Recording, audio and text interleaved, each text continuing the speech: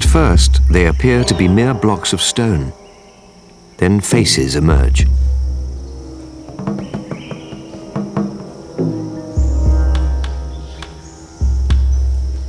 And suddenly, there are dozens, hundreds, smiling inwardly, timeless, at peace.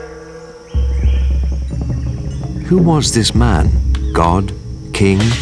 Buddha?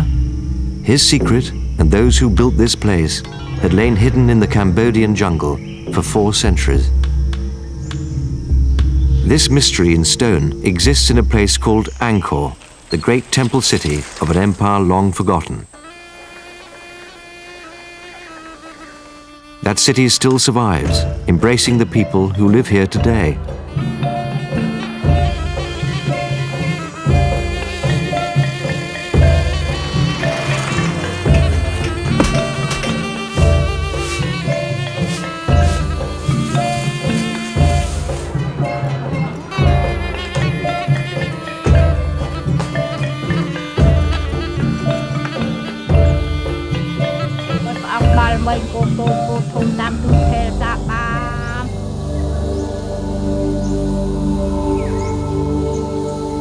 In the last millennium, the fertile lands between India and China were fought over for centuries by rival kingdoms in what are now called Vietnam, Laos, Thailand, and Cambodia.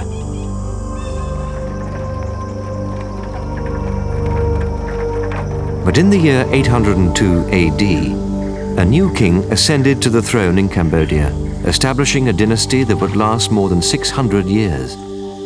His people were called the Khmer, as Cambodians still call themselves today.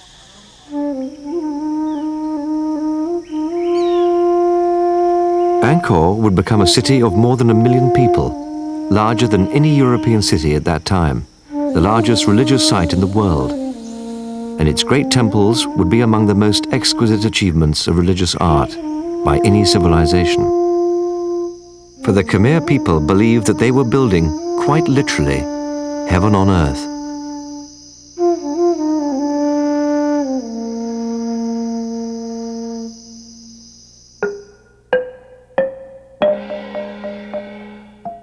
The Khmers already worshipped the great Hindu gods of India.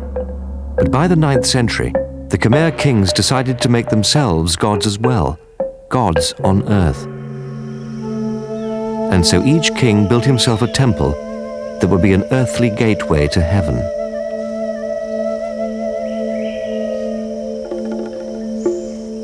The finest of these is Angkor Wat.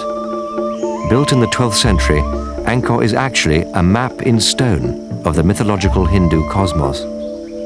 The 5 towers are Mount Meru, dwelling place of the gods. Surrounding the towers are corridors running a half-mile around, the wall of rock at the end of the earth. And finally, a great moat that represents the ocean at the edge of the universe. Unlike almost any other temple in the Khmer kingdom, Angkor Wat faces the setting sun in the west, indicating that the king meant this to be his final resting place.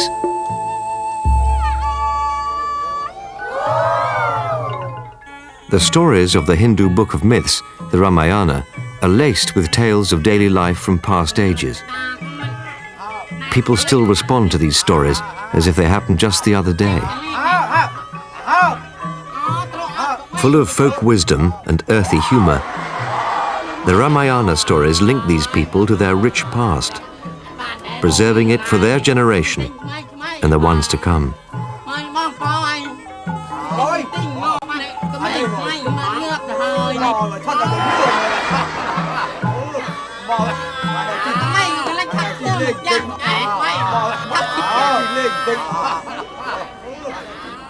At Angkor, these same Hindu myths were carved on the corridor walls. Epic battles between gods and creation stories, like the churning of the Milky Sea, in which demons and gods joined forces to create the elixir of immortality.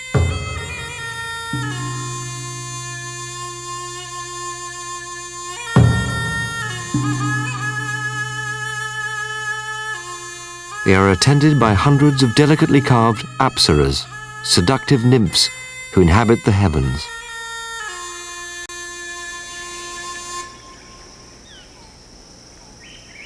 Apsaras grace nearly every corridor and doorway on each level of Angkor Wat, in homage to their enduring art of courtly dance.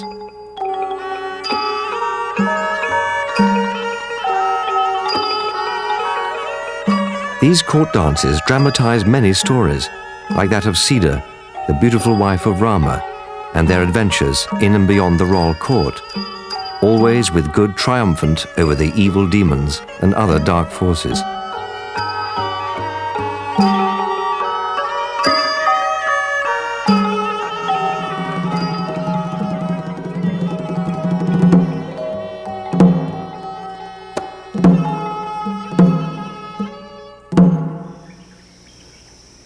The court of King Suryavarman, Angkor Wat's builder, was grand indeed.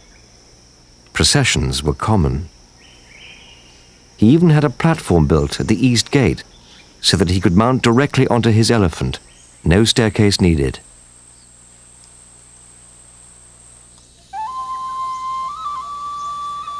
Looking out at the commanding views from the central tower, nearly 20 stories high, Suryavarman must have felt his kingdom was invincible. But only 25 years after his death, the city was sacked. In a surprise attack, a nation to the southeast, the Chams, razed Angkor while the new king, Jayavarman VII, was out of the country. Already in his 50s, Jayavarman was said to be a serious and devout man, stocky and plain of face. Unlike his Hindu predecessors, he had embraced the peaceful doctrines of Buddhism.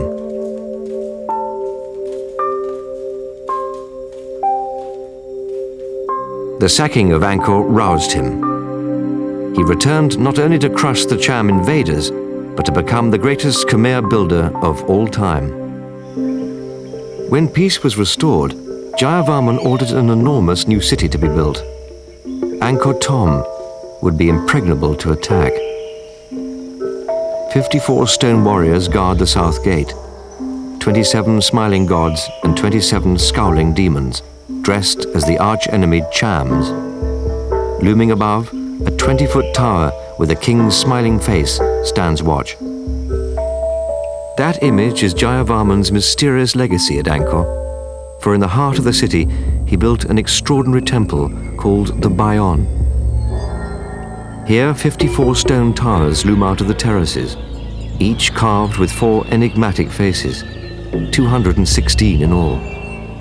Is it the face of Jayavarman, as some believe, for the likeness is strong, or is it Buddha himself?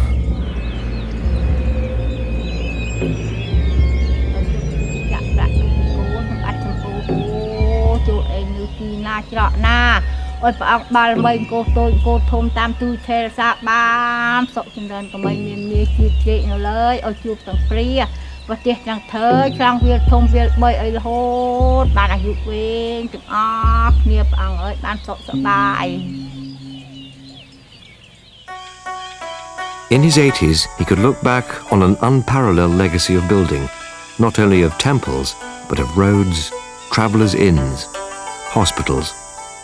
Angkor teemed with life reflected on the walls of the temples, a marvelous panorama of a past age. Hunters after birds, families preparing to barbecue, a woman giving birth.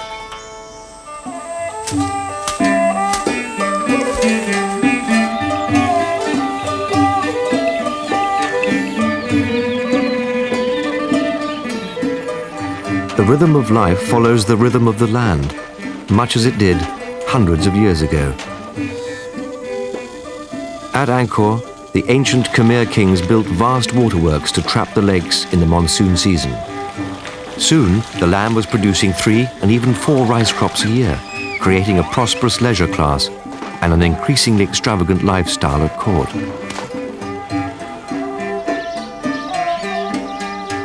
One of Jayavarman's temples alone required 18 high priests, 2,740 lower priests, and some 66,000 people to perform the services of the temple. Jayavarman built terraces ringed with great stone elephants where members of the court played polo against the commoners. Angkor's splendor became renowned throughout Asia. In the year 1296, some 70 years after Jayavarman's death, a Chinese envoy named Chow Tao Quan observed the Khmer court. He wrote of waiting women in flowered robes, carriages drawn by horses ornamented in gold, and magnificent court spectacles of music and dance. Like this telling of the story of Hanuman, the monkey god, and his effort to rescue the beautiful cedar from the demon's palace.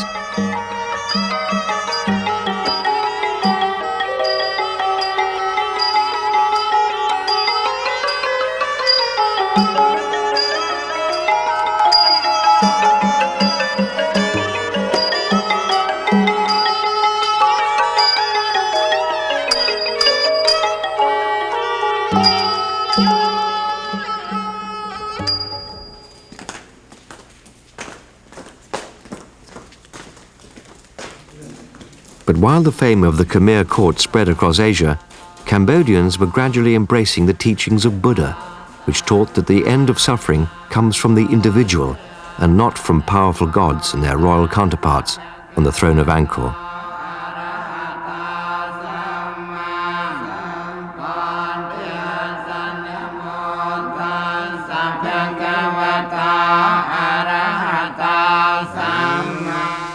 Eventually, the lavish temples became merely the folly of princes, their extravagant upkeep straining the treasury.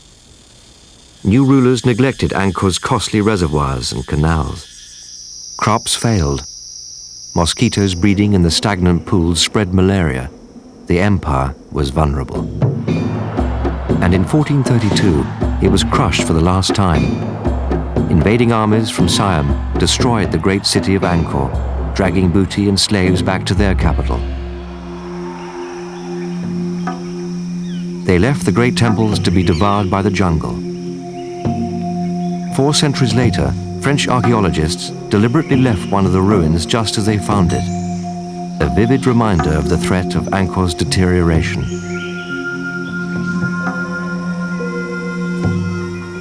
The temple of Ta Prohm, built by Jayavarman as a tribute to his mother, is now half consumed by tree roots, strong enough to split the stones.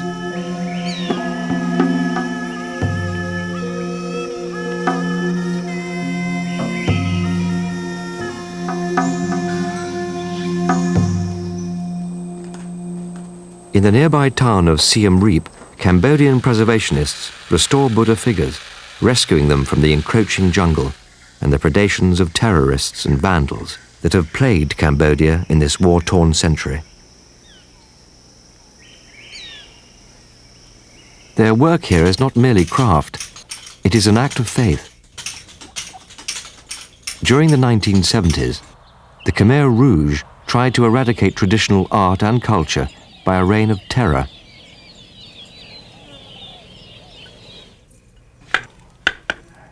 But the Khmer people have succeeded in reviving their ancient arts, handed down by masters, even to the youngest generation, who are keeping their traditions alive.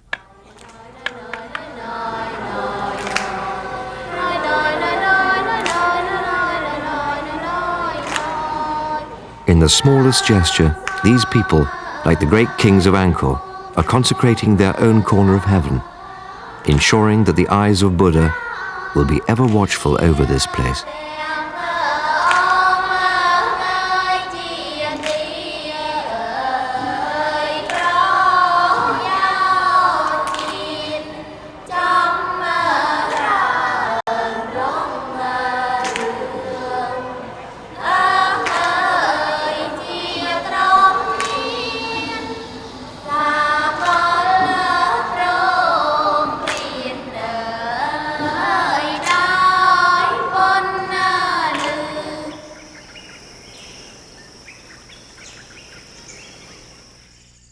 Humankind has always strived for permanence, for something that transcends the narrow boundaries of their lives.